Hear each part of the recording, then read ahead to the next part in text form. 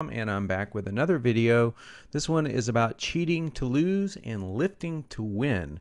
Two short studies I want to show you. They appeared at MSNBC and also in two different medical journals. I'm going to be very brief with this video because I just want to overview the highlights here. Want to lose weight? Cheat on your diet. Snack smart, fill up on salad, and yes, occasionally you may have dessert.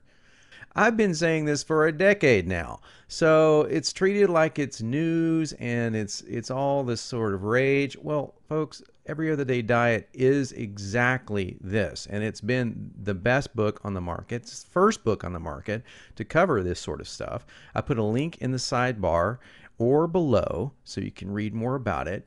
But it's just ridiculous how the media exploits this stuff and they don't bother to contact the authorities. But that's okay. I'm going to go ahead and give you the short story version of this study. It says no sweets, no snacking, no salt, blah, blah, blah. Diets are associated with deprivation for a reason. Not surprisingly, they're also associated with a resolve that crumbles like a handful of potato chips. I totally agree.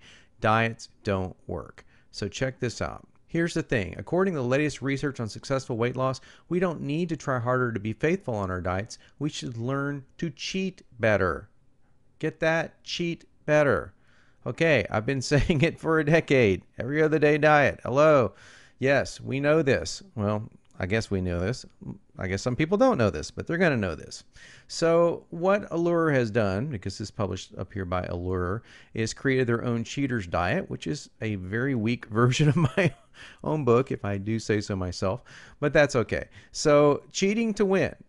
Cheat, eat the right way. It's easy to stick to a diet as long as you're not on a deadline, in the doghouse with a boss, or even just a tiny bit stressed out. We cover stress in Every Other Day Diet. In fact, it's an entire chapter.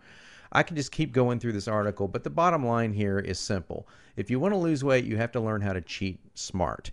And this is not an option. It's not an option for you just to eat healthy all the time. Some people actually enjoy doing that, but they stagnate. Their weight loss stales.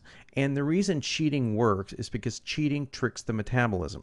I cover it all in my book. But basically, what happens is you tell your body, hey, I'm not starving, and I'm not in some sort of hunter-gatherer stage where I'm going through, a period where I can't find food. It basically tricks your body into believing you're back on the savannah and that you're getting food here and there and you're not getting food all the time. And the staggering of the calories keeps your metabolism elevated. And, of course, there's the mental factor. Not being on a rigid diet all the time really allows you a lot of mental freedom. So that's part one. I'm going to briefly show you that, yes, they made their own diet out of this study. Thank you very much. They show a supermodel with a piece of pizza here. Okay, it's not as good as mine. I'll just tell you that right now for a lot of reasons. But anyway, this is the second study. I found this very, very enlightening. Weightlifting may help breast cancer survivors. Study reverses decades of advice telling patients to avoid strength training. Folks, this has been going on for longer than decades, actually. Doctors used to tell people to avoid weight training for all sorts of things, even for sports performance, believe it or not. Yes, so there was a time when football players were not allowed to lift weights, boxers were not allowed to lift weights, and heart disease patients certainly not allowed to lift weights. This has all changed. As it goes on to say, for decades, many doctors warned that lifting weights or even heavy groceries could cause painful arm swelling, and this is referring specifically to women who have overcome breast cancer. But new research shows that weight training actually helps prevent this problem. And a great question here by Dr. Eric Weiner: how many generations of women have been told to avoid lifting heavy objects?